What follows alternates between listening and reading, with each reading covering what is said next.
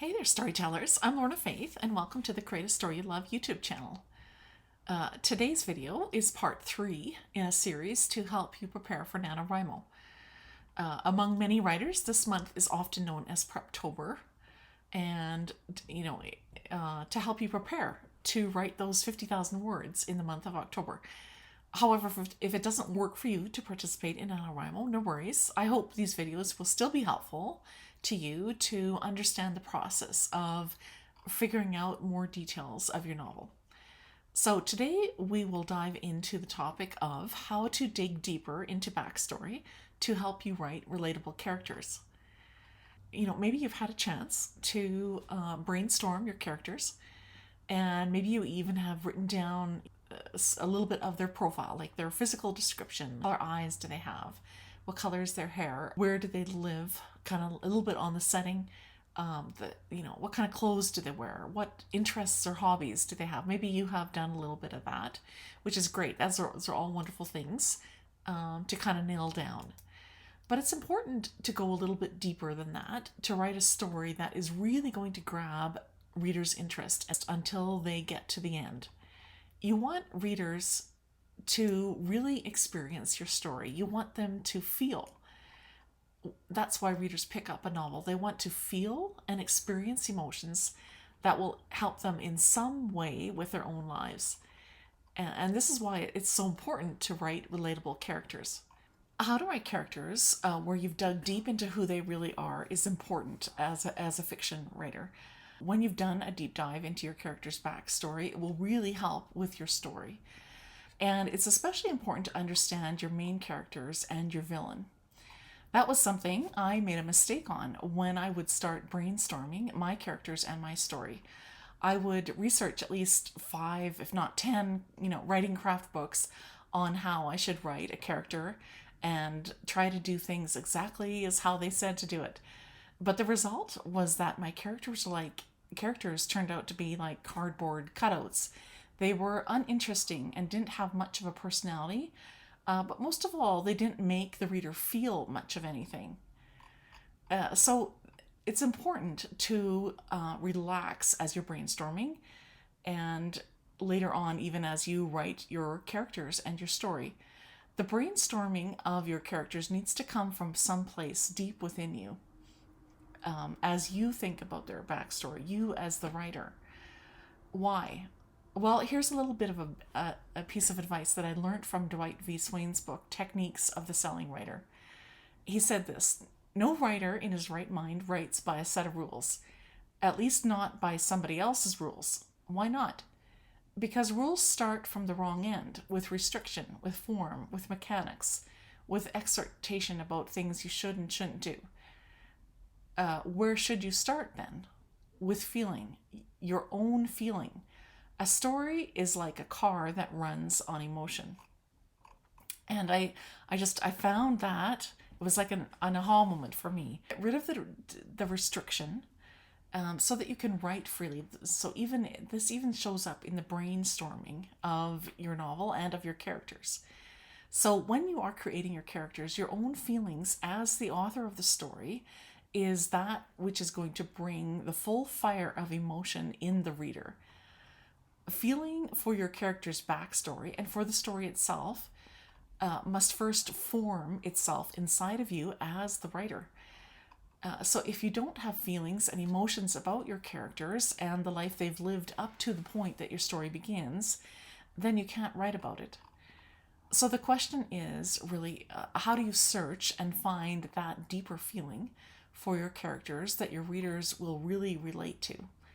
And I believe it comes from brainstorming and doing a deep dive into their backstory, and then also into understanding their goals, motivation, and conflict.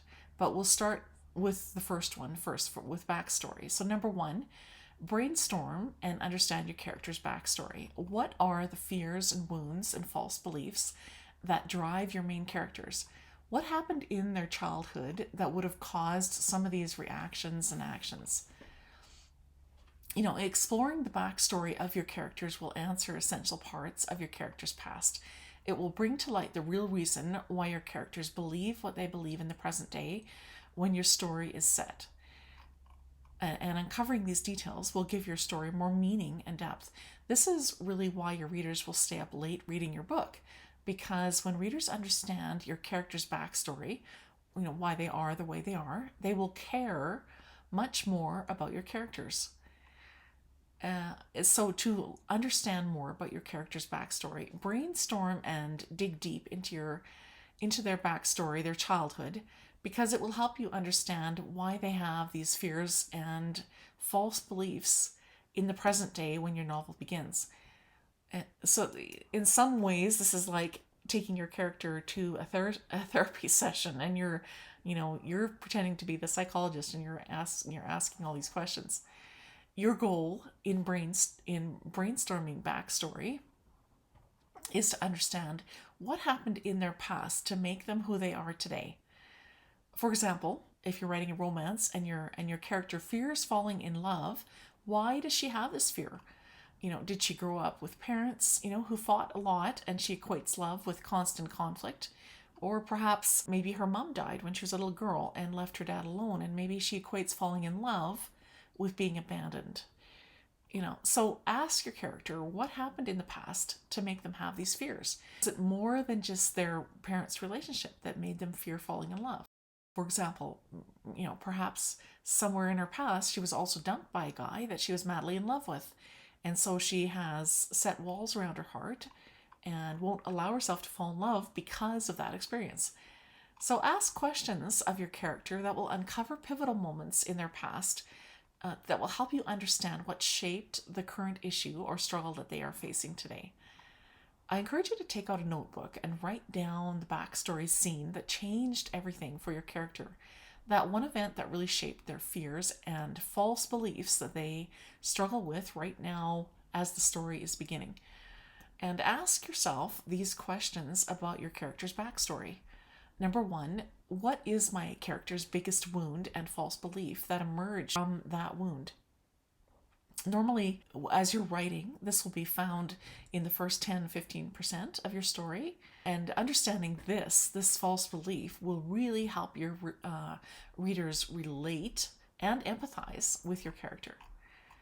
And then number 2, how or why is my character unhappy with their life when the story begins? Specifically, why have they hung on to this false belief?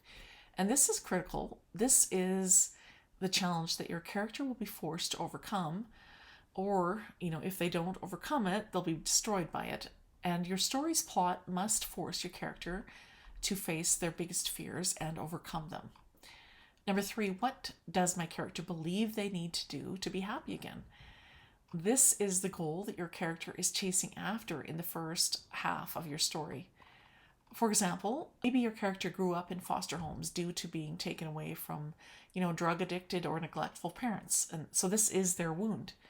So false beliefs that might have been embraced. I am defective. I am unworthy of love. I don't know who I am. I will never find a place to belong or call home, etc. So the character is unsatisfied because they long for love and to belong somewhere, but deep down they don't believe that it's possible.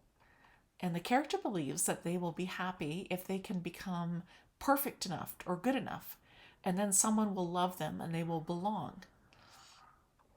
And so if the character really leans into trying to be perfect, as she embraces this false belief, this could cause the character to indulge themselves with their fear-based weaknesses, and in the end, they would resent themselves for their mistakes. So, do a deep dive into your main character's background, but also do this with your villain's backstory as well. Ask these same questions. Remember an important point. The stronger your villain is, the higher the stakes in your story, and the more compelled readers will be to read on. So the second part that we want to talk about that will help you make relatable characters is brainstorm your character's goals, motivation, and conflict. And do this also for your villain as well. Not just your main character, but your villain as well. So a goal is what your character wants. It's the prize or reward that your character wants to achieve. Readers want to see your characters overcoming obstacles. They want to live vicariously through your characters. They want to feel the setbacks, the conflicts, the obstacles. But they also want to feel the satisfaction when the character has finally reached her goal. And the best goals are important and urgent. Important enough for the character to act against her own best interest and to endure hardship and struggle if necessary. Your character wants to do all they can to avoid unpleasant consequences like being embarrassed, having to deal with danger, having a heartbreak, or desperate financial problems like a bankruptcy. So if there are unpleasant consequences, if your character doesn't reach her goal, then there will be a sense of urgency for your characters to reach their goal. Motivation. This is your character's why. Why do your characters want to reach this goal? Motivation is what drives your character to achieve their goal. Characters in stories can have several motivations pointing toward the same goal. But if you're a first-time writer, I encourage you to keep it simple with one good, strong motivation. It'll just make it easier for you as you write. And remember, if you don't answer the question, why does your character want to achieve this goal, then it's likely that your readers will not be able to suspend their belief long enough to really get submersed into the story world, which means they might stop reading your book. And we don't want that. So remember to have a good, strong reason why your character wants the goal. The character wants to reach their goal because they are motivated. There's something motivating them. And another important point is if you can tap into the reader's subconscious and make the reader feel for the character, then readers will empathize in a big way with your character. And so we talked about goal and motivation, and this last one here is conflict. And conflict is the reason your character can't have what she wants. Or put another way, if your character could have what she wanted, then you would have no book. And so this is the place where, as writers, you also add the roadblocks ahead sign for your characters. Conflict is the obstacle in the way of your character achieving her goal. And conflict is required. Without conflict, there is no story. Conflict is the same as disruption in your story, and readers want to anticipate disruption. This is what keeps them turning the pages. Or as I remember one craft book put it, said, you want to keep your readers worried.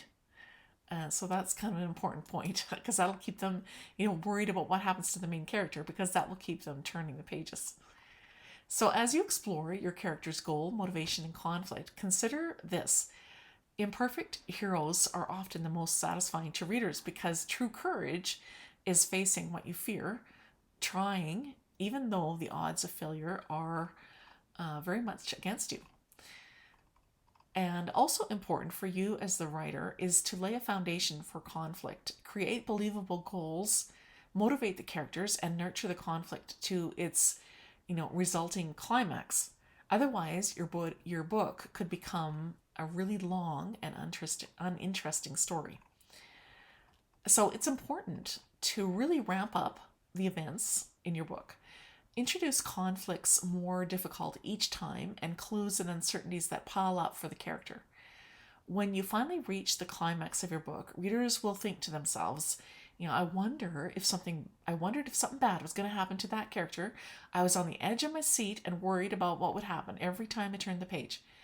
And you want that. You want them to be on the edge of their seat and have a little bit of worry about what's going to happen to your main character.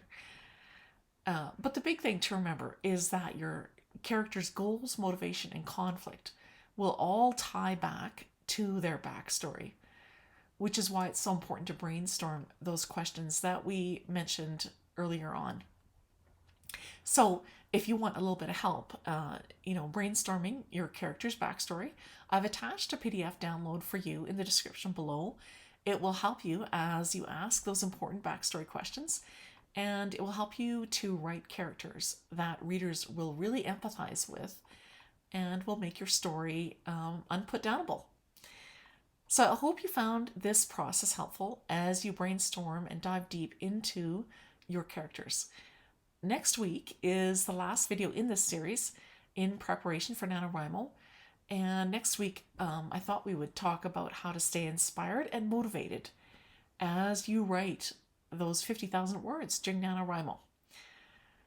And so that is all for today. Thanks for joining me today, and I'm excited for you as you begin your journey to write amazing stories. If you've enjoyed this video series and found it helpful, please hit the like button and subscribe below so new writers can find this video too. Happy writing!